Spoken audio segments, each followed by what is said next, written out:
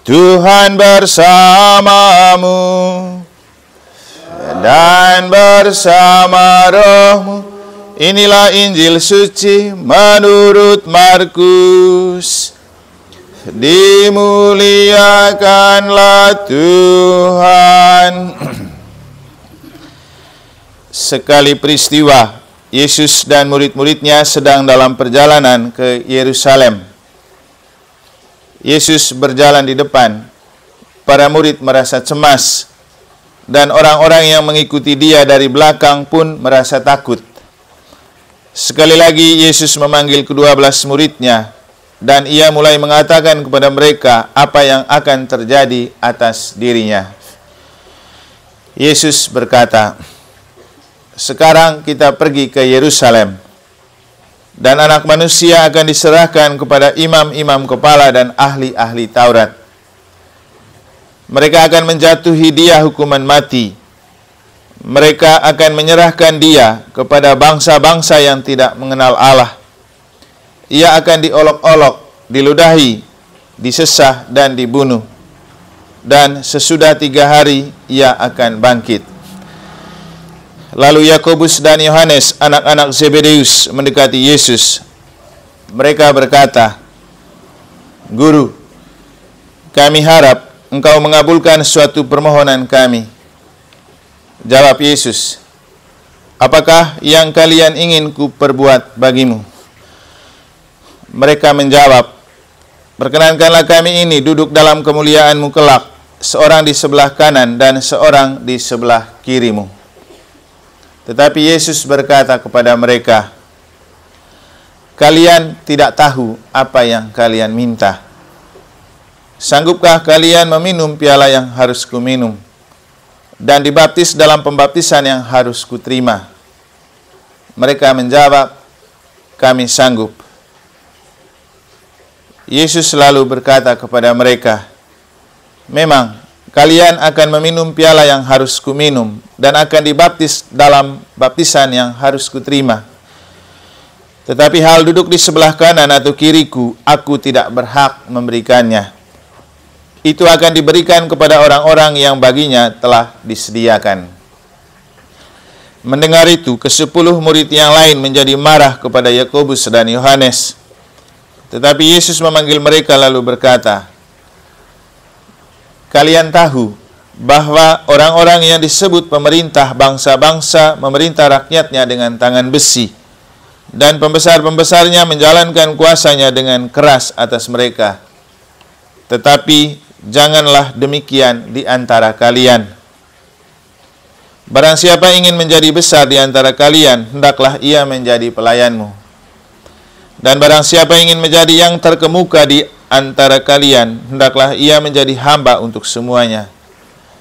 Sebab Anak Manusia pun datang bukan untuk dilayani, melainkan untuk melayani, dan untuk memberikan nyawanya sebagai tebusan bagi orang banyak."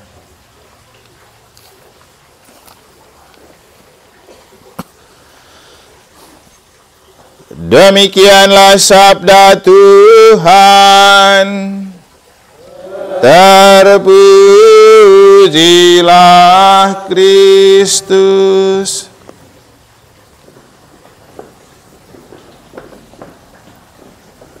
Kamu tidak tahu apa yang kamu minta. Para suster, Bapak Ibu, saudara-saudari, adik-adik dan anak-anak sekalian yang saya kasih dalam Tuhan dan Bunda Maria, bayangkan kalau itu kata-kata diungkapkan Yesus kepada kita, rasanya bagaimana? Antara malu dan takut pasti tercampur aduk. Tapi dengan cerita tentang Injil yang telah kita dengar, di mana Yesus berbicara tentang penderitaan yang harus ia alami, tetapi Yohanes dan Yakobus, anak-anak Zebedeus malah meminta jatah untuk masuk surga, itu menunjukkan kepada kita sebuah karakter hidup menggereja kita. Tadi saya baca di grupnya Santo Paulus, Bapak David chat begini, "Wih, tidak dengar pengumuman kah kalau sore ini ada bakti?" Kurang lebih seperti itu ya Bapak ya. Karena sudah dari kemarin dan sudah dari kapan itu ada informasi tentang Santo Paulus misa dan doa di Gua Maria. Ini sebuah ungkapan dari seorang kaling karena keterlaluan dari umat yang susah diatur dan tidak taat. Walaupun tadi kemudian ada yang datang juga ya. Nah, kalau Bapak dengar khotbah kemarin, di situ saya berkhotbah tentang ternyata mengikuti Yesus itu dari hasil penelitian para nabi, itu mengandung falsafah. Kita harus bersusah-susah dulu, tapi nanti kita bersenang-senang kemudian. Dan menjadi pengikut dan pelayan kerajaan Allah itu memang tidak mudah. Betul butuh-butuh loyalitas. Loyalitas artinya rela berkorban dan rela mengorbankan waktu. Jadi rela berkorban dan rela mengorbankan waktu. Itu namanya loyalitas. Dan rahmat itu gratis tapi tidak otomatis. Bahwa rahmat itu diberikan kepada semua orang atau ditawarkan kepada semua orang, tapi tidak otomatis dia dapat. Karena tergantung pada dia loyal atau tidak, berkorban atau tidak. Kalau dia tidak loyal dan tidak berkorban dan tidak mengorbankan waktu, biar ada rahmat, itu tidak akan diterima. Itu yang dimaksud dengan bersusah-susah dahulu, bersenang-senang kemudian. Nah, Yesus itu berbicara tentang kesusahan yang ia alami, tapi dua orang murid malah minta untuk bersenang-senang. Itu gambaran untuk menunjukkan bahwa dalam hidup gereja, ada orang yang memang loyal untuk mengabdi dan melayani, tapi ada orang yang sibuk minta jatah. Yang mentalnya sibuk minta jatah itu seperti begini. Kalau dia lagi butuh sakramen, Bapak, waktu itu dia pepet betul kita. Dia dempet terus ketua lingkungan, ketua KBG. Pokoknya kalau dia punya mau, wah, bisa loyal betul ya. Tapi kalau dia sudah dilayani, hilang lagi. Saya tekankan terus ini karena memang ini mental yang tidak cocok jadi Katolik. Karena Katolik itu lagi-lagi bicara tentang loyalitas. Kalau dibahasakan dengan bahasa kitab suci hari ini, Yesus loh sudah tebus kita dengan darah. Anda kalau punya utang di bank atau di pegadaian, susah untuk ditebus kan? Kita itu sudah jatuh dalam hidup yang tidak jelas, tapi Tuhan tebus kita dengan darah Kristus. Itu yang diungkapkan oleh Santo Petrus dalam bacaan pertama, dan yang diungkapkan oleh Yesus sendiri dalam Injil. Kita itu ditebus dengan darah Kristus. Nah, setelah kita ditebus oleh darah Kristus, apa yang kita beri sebagai jawaban dan balasan? Kita mau buat apa? Seringkali saya mengatakan kita tidak bisa melihat Kristus yang konkret, tapi gereja adalah tubuh mistik Kristus, dan membalas kepada Kristus berarti kita melayani gereja. Karena Tuhan itu terlalu hebat memperhatikan kita. Jadi ditebus dengan darah. Kita tebus pakai apa? Kita sibuk berbuat dosa, tapi tidak berpikir tentang penebusan. Orang tuh kadang berpikir tentang utang yang dia punya di bank, di koperasi atau dimanapun. Dia lupa utang paling besar itu dia punya dosa. Siapa yang bisa tebus? Sehingga kadang-kadang di dunia ini, orang yang merasa tidak berutang sebenarnya punya utang lebih banyak. Kenapa? Dia pikir setelah dia kaya dan tidak punya utang, hidupnya sudah hebat. Tapi dia lupa, dosanya juga menumpuk. Sebenarnya utang terbesar dalam diri dan hidup kita itu adalah dosa ini.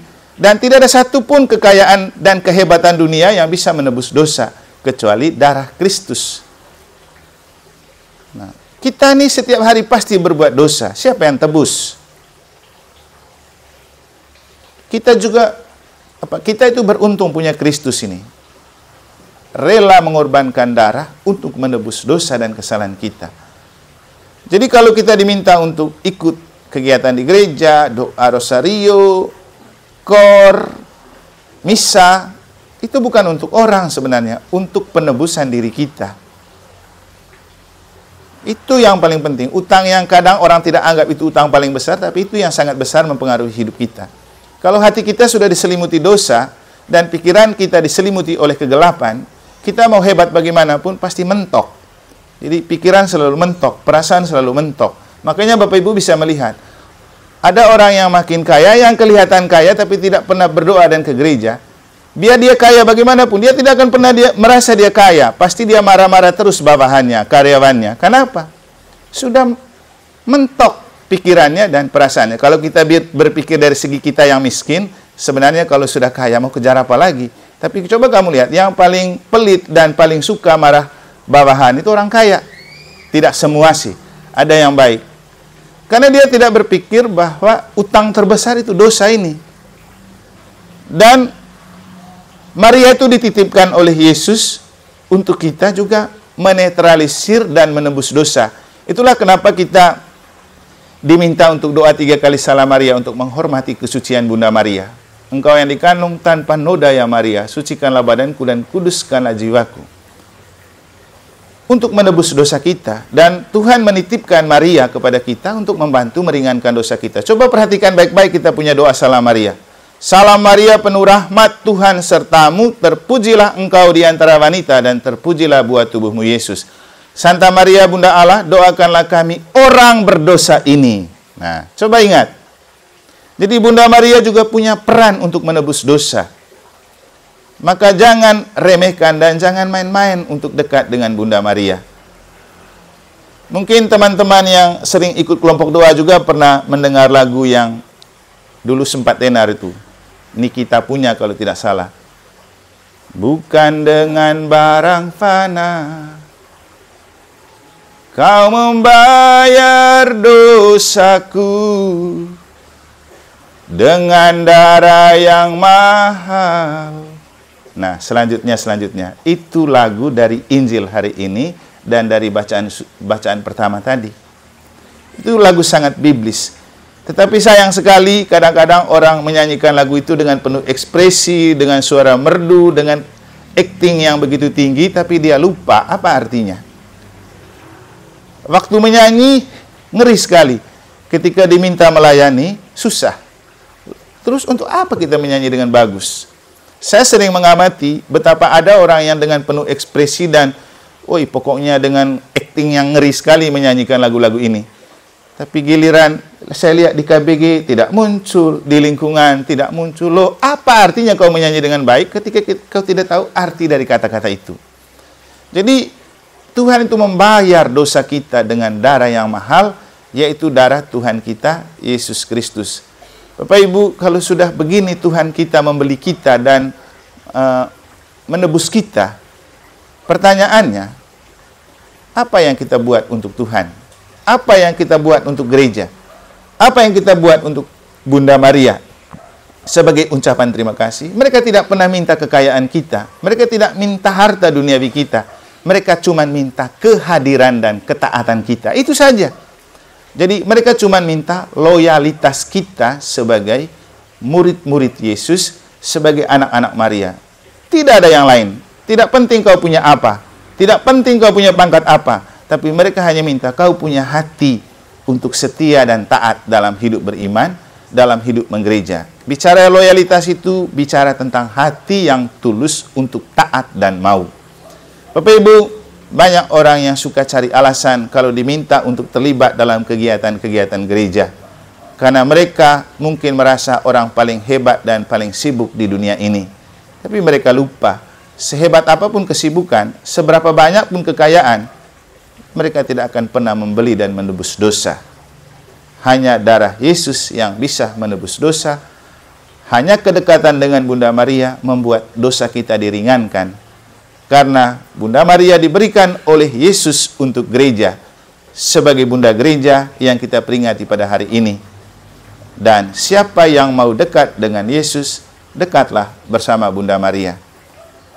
Karena ketika Maria meminta sesuatu kepada Yesus, hati Yesus lebih mudah takluk. Bahkan kalaupun Yesus mungkin belum menerima, dia tetap akan melakukan. Contoh, dalam pesta perkawinan di Kana. Ketika Maria merasa tergerak oleh belas kasihan melihat tuan pesta kekurangan anggur, dia minta kepada Yesus, "Nak, mereka kehabisan anggur." Yesus bilang apa? Ibu, mau apakah engkau daripadaku? Saatku belum tiba. Tapi Maria bilang apa?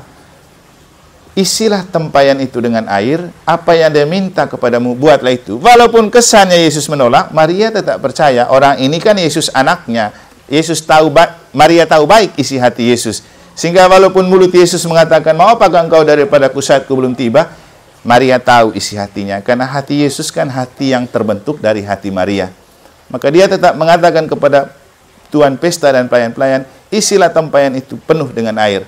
Begitu Yesus lihat sudah diisi penuh, dia tinggal mengubah air menjadi anggur. Jadi bagaimana Maria itu sangat-sangat mudah menaklukkan hati Yesus. Kenapa kemudian Bapak Ibu, saya mengajak Bapak Ibu, juga lingkungan-lingkungan, harus ada waktu kamu selama bulan Maria, itu doa lingkungan, misa lingkungan, itu penting sekali.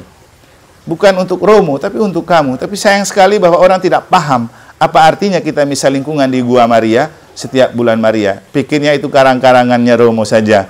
Karena mungkin Romo mau dapat stipendium. Aduh, rendah sekali kan? Jadi, ini karena kita sudah ditebus dengan darah Kristus, dan Kristus sudah memberikan Maria kepada kita, maka jangan pernah menjauhkan diri dari Maria kalau kita selalu mau berjalan bersama Yesus. Semoga Tuhan memberkati.